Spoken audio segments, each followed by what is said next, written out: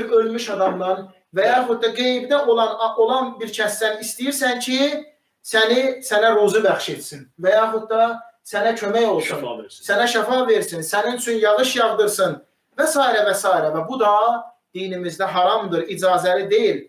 Çünki bu Allahın qadir olduğu bir şeydir. Yalnız Allahın qadir olduğu bir şeydir və yalnız Allahın gücü satan, Allahın qadir olduğu bir şeyi Allahdan başqa kimdənsə istəmək elə ən böyük günah olan şirkdir. Ən böyük günah olan şirkdir. Allah-u Teala buyurur ki, həqiqətən də məscidlər Allahındır. Allahla yanaşı kiməsə dua etməyin. Başqa bir ayədə buyurur ki, وَدُعُوهُ مُخْلِسِينَ لَهُ الدِّينِ Dini məhz ona məxsus edərək dua edin.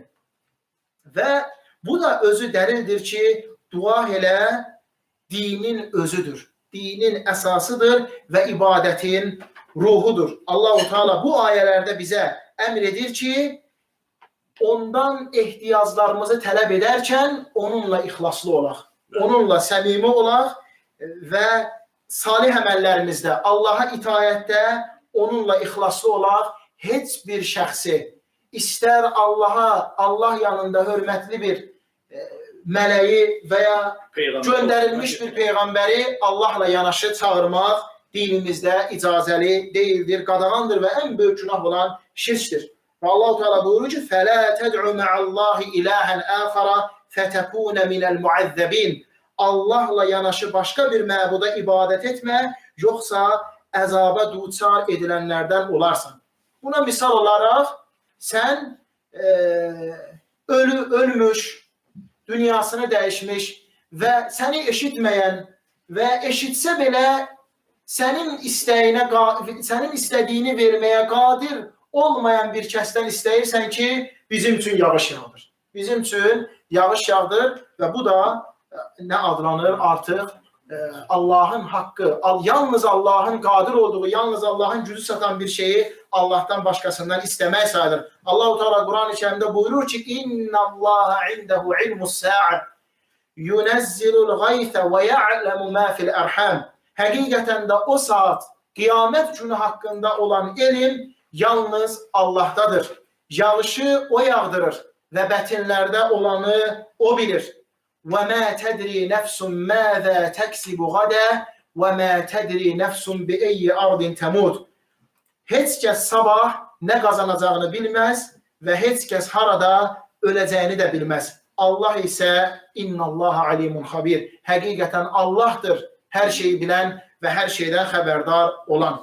Üçüncü növü isə istək duasının, hansı ki bu növü Allahdan qeyrisindən hər hansı bir kəsdən onun qadir olacağı şeyi istəmək. Sualu gayrallahi fīmə yəqdiru aleyhil məs'ul. Hansı ki o istənilən kəs, o istənilən buna qadirdir. Və bu da diri, gücü çatan, qadir olan və yanında olan bir kəsdən istəyirsən ki, bu əşyanı daşımaqda mənə köməklik et. Bu əşyanı daşımaqda mənə köməklik et və yaxud da bu binanı tikməkdə mənə köməklik et. Ona gücü satan, həyatda olan və yanında olan bir kəsdən bu şəkildə dua etməyin ki, bu əşyanı daşımaqda mənə kömək et, bu binanı tikməkdə mənə kömək et, bu icazəlidir və bu şirk deyildir. Çünki Allah-u Teala bizə Quran-ı Kərimdə buyurur ki, وَتَعَاوَنُوا عَلَى الْبِرِّ وَالتَّقْوَى Allahdan qorxmaqda və yaxşılıq etməklə bir-birinizə yardım edin. Həmçinin başqa bir hədisdə Peyğəmbər sallallahu aleyhi və səlləm buyurur ki, Vallahu fi aunil abdi mə kənəl abdu fi auni əxi. Qul, bəli, qul qardaşına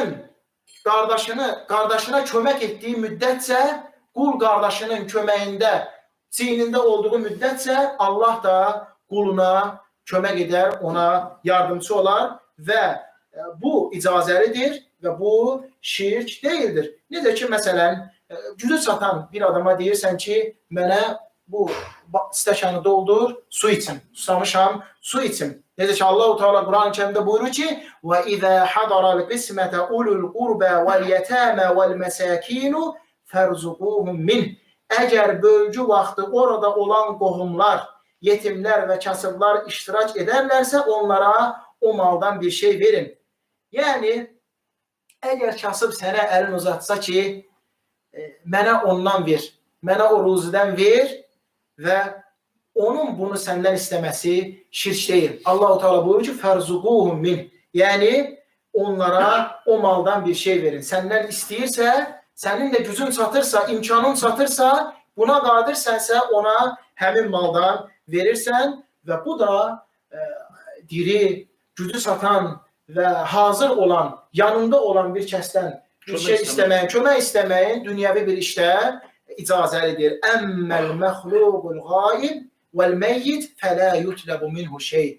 Amma ölmüş və qeybdə olan bir kimsədən bir şey istəməyin nədir? İcazəli deyil, ondan heç bir şey istənməz və bu da ən böyük günah olan şirkdir. Və Şeyx Abdurrahman Əs-Sə'di rahiməhullah ibadət duası və istək duası haqqında buyurur ki, kulləmə varada fil Qur'ani minəl əmri bid-duai və-nəhyu an duai qeyrallahi və-thənai aləd-da'in yətənəvəlu duaul məsələ və duaul ibadə. Şeyx, Allah ona rəhmət etsin, Abdurrahman Əs-Sə'di, Allah ona rəhmət etsin, deyir ki, Quran-ı Kərimdə nə ki, dua etməyə əmr və Allahdan başqasına dua etməyə qadağa gəlib və nəhy an duai qeyrillah və thənau aləd-da'in və dua edənə ki, Allah Subhanahu taala onun dua edənin, Allahdan istəyənin fəzilətinə və onun Allah yanında olan dərəcəsinin, məqamının ucalığına aid nə gəlibsə,